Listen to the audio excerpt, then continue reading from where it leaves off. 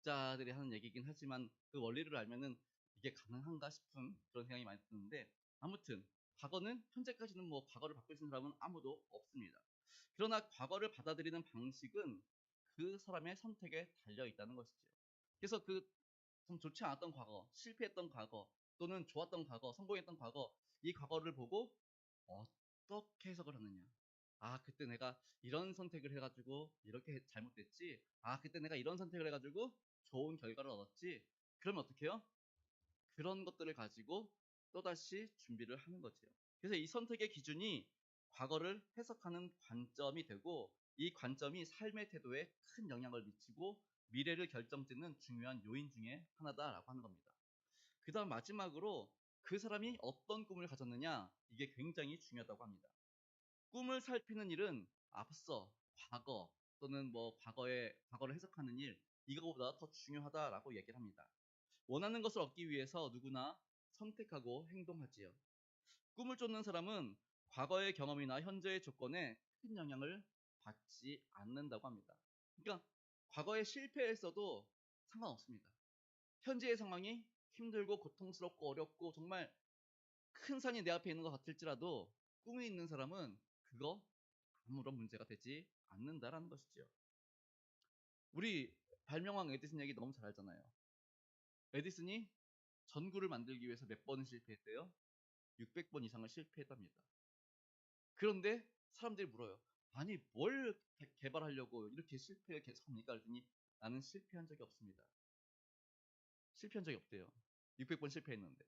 그럼 뭐 한 거예요? 나는 그저 600번을 새로운 시도를 해봤을 뿐입니다. 이렇게 얘기를 하는 거예요.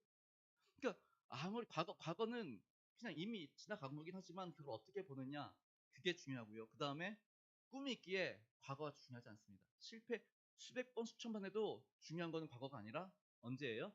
완성된 모습, 미래라는 것이지요.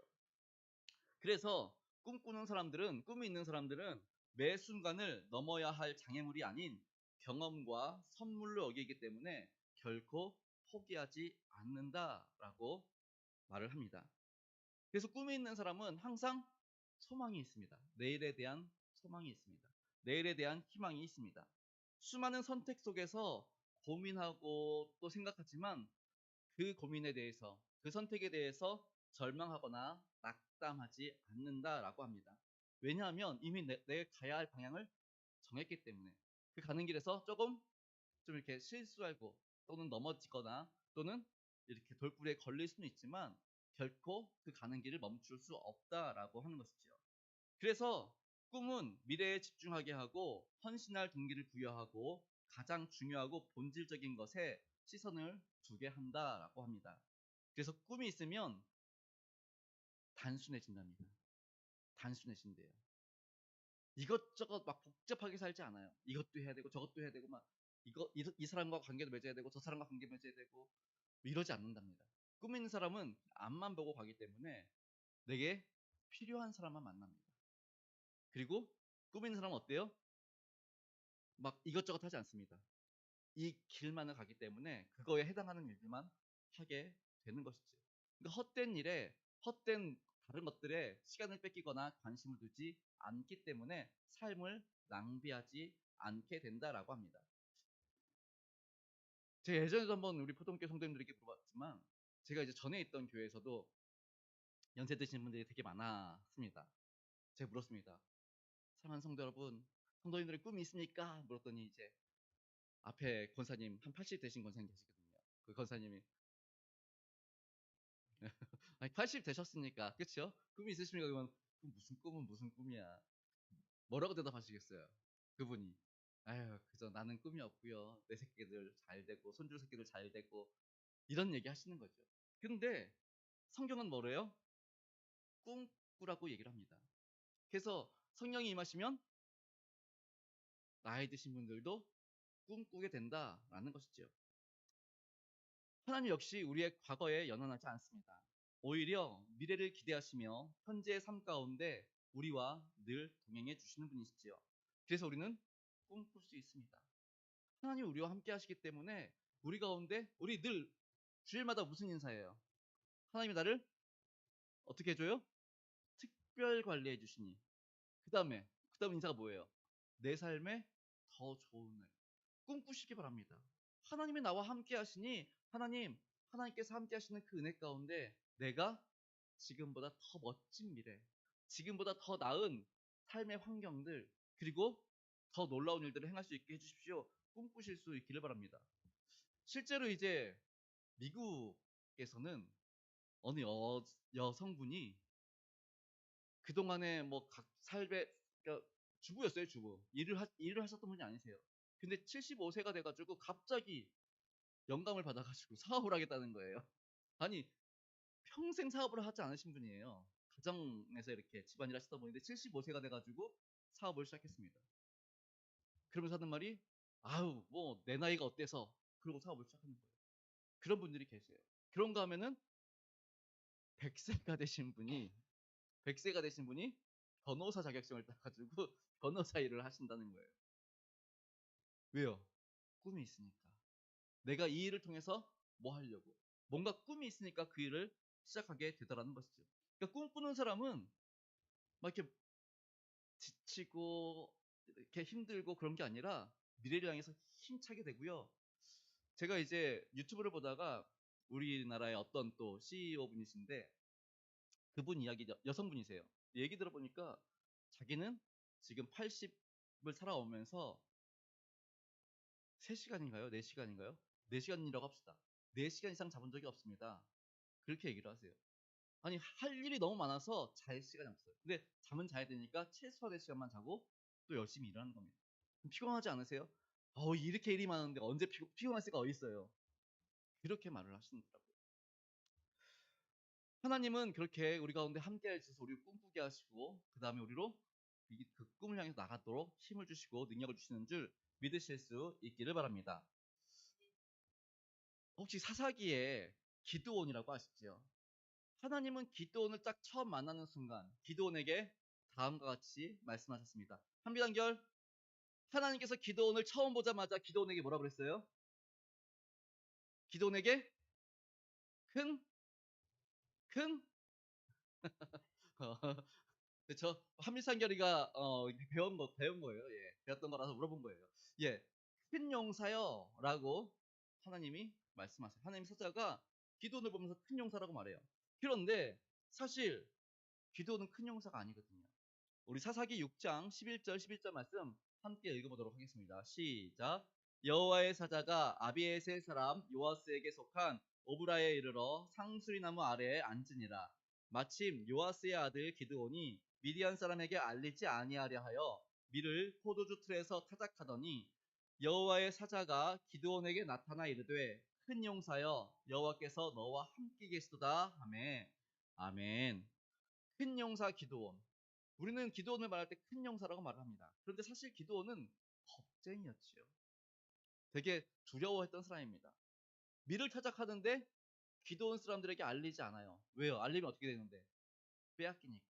그러니까 알리지 않고 타작을 해야 되긴 하겠는데 밀을 타작하려면 우리 예전에 이렇게 키 이렇게 하듯이 뭐 이렇게 밀 타작하잖아요. 밀을 타작하면은 그 가루가 이렇게 뭐 연기라 그래야 돼? 이거 뭐라 그래야 돼요? 이게 막 되게 막 뿌옇게 막 나잖아요. 그러니까 어떻게 해야 돼요? 좀 이렇게 바람 잘 부는 들판에서 타작을 해야죠. 그런데 지금 기도는 어디서 한대요? 포도주 틀에서. 이 이스라엘 포도주 틀은 땅을 이렇게 깊이 파가지고 이렇게 지하처럼 만들어 놓고 거기서 이제 포도주 틀을 만듭니다. 그런데 지금 기도원이 어떻게 하고 있어요? 지상에서 들판에서 이렇게 하는 게 아니라 지금 지하에서 숨어서 밀을 타작하고 있는 것입니다. 미디안 사람들에게 들키면 다 빼앗길 게 뻔하니까. 미디안 사람들에게 들키면은 두들겨 맞으니까 숨어서 하고 있는 거지요. 그렇게 기드온은 겁쟁이였고요. 두려움이 많았던 사람입니다. 그런데 하나님은 이 기드온에게 큰 용사여라고 부르고 계시다라는 것이지요. 하나님의 이 말씀은 지금은 비록 기드온이 겁쟁이고 또 많이 두려워하는 그러한 사람이지만 앞으로 하나님께서 어떻게 하겠다? 너를 큰 용사로 만들겠다라고 말씀하시는 것입니다. 결국 하나님은 기드온의 현재 모습을 보는 게 아닙니다. 언제를 봐요? 하나님과 함께하며 세워질 큰 용사 기드온, 미래의 기드온을 바라보고 계시다라는 것입니다. 예수님의 제자 가운데 베드로가 있죠. 베드로.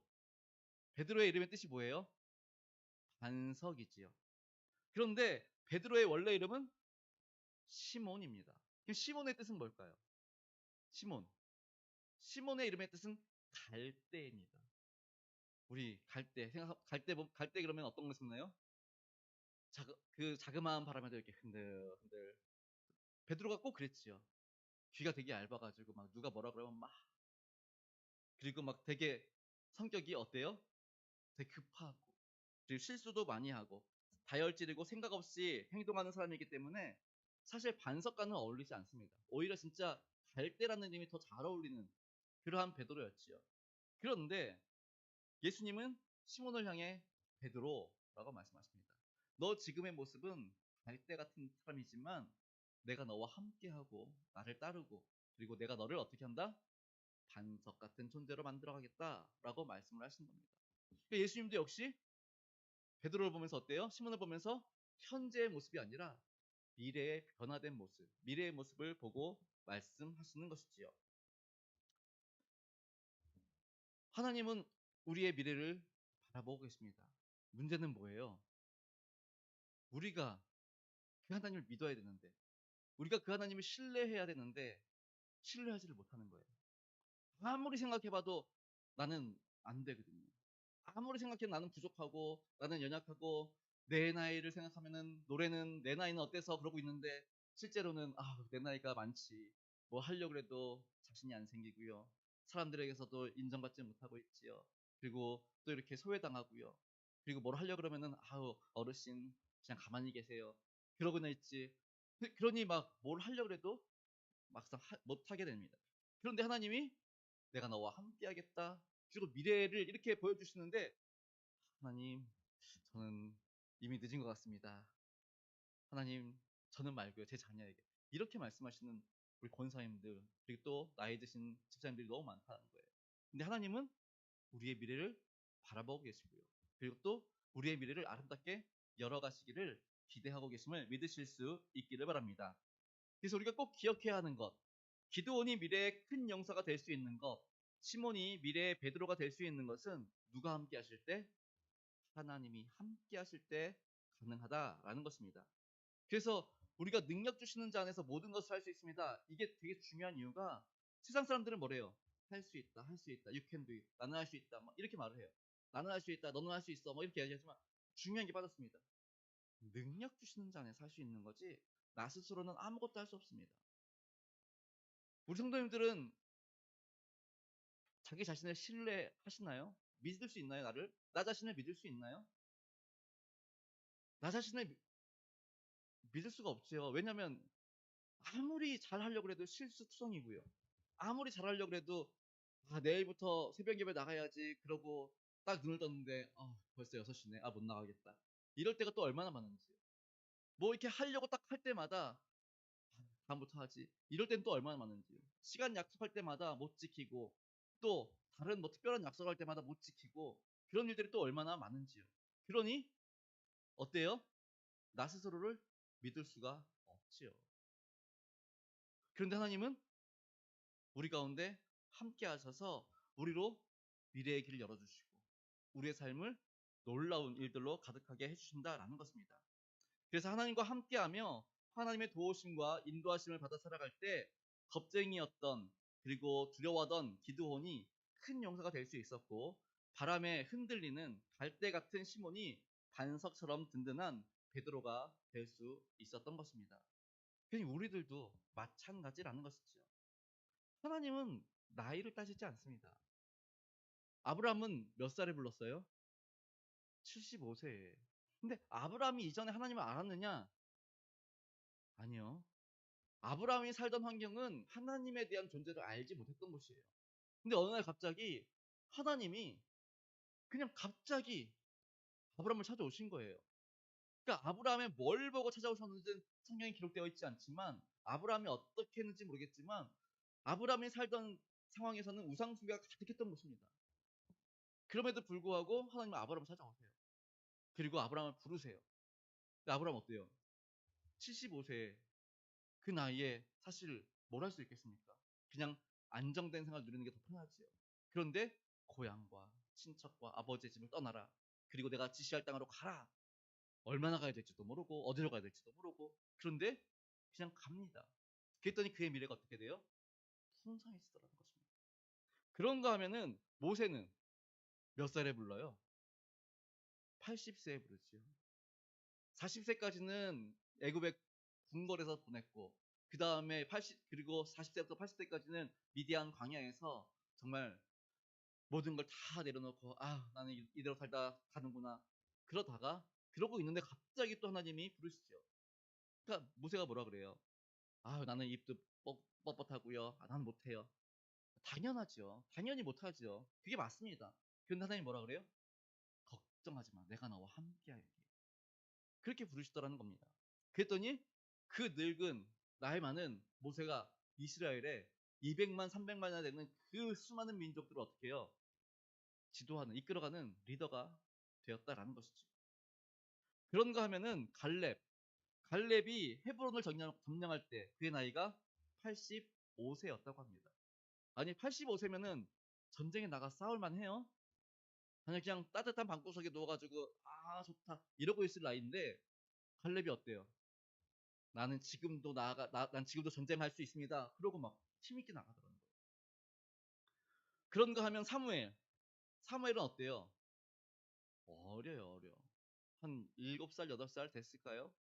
그러니까 그 전에 이제 하나님을 만났죠. 더 어렸을 때 하나님을 만났는데 그리고 나서 어느 정도 성장해가지고 이제 10살 미만이었을 때 이미 이스라엘에서 사무엘을 뭐라고 인정했어요? 하나님의 사람입니다. 선지자임을 모든 사람이 알았대요. 아니 10살도 안 된 아이를 하나님의 사람 선지자로 다 알았어요. 이스라엘 백성들이. 왜요? 왜? 사무엘이 하는 말이 하나도 땅에 떨어지지 않았대요. 그러니까 사무엘이 하는 말이 하나님께서 응답해 주시고 역사해 주시니까 아 과연 저 아이오는 하나님과 함께 하는구나. 쟤는 하나님의 사람이구나. 쟤는 선지자로구나. 그걸 다 알았던 거예요. 하나님은 이처럼 나이가 많거나 나이가 어리거나 따지지 않습니다. 하나님은 하나님의 사람을 택하시고 그리고 그를 통해서 미래를 열어가실 뿐이라는 것을 기억하실 수 있기를 바랍니다.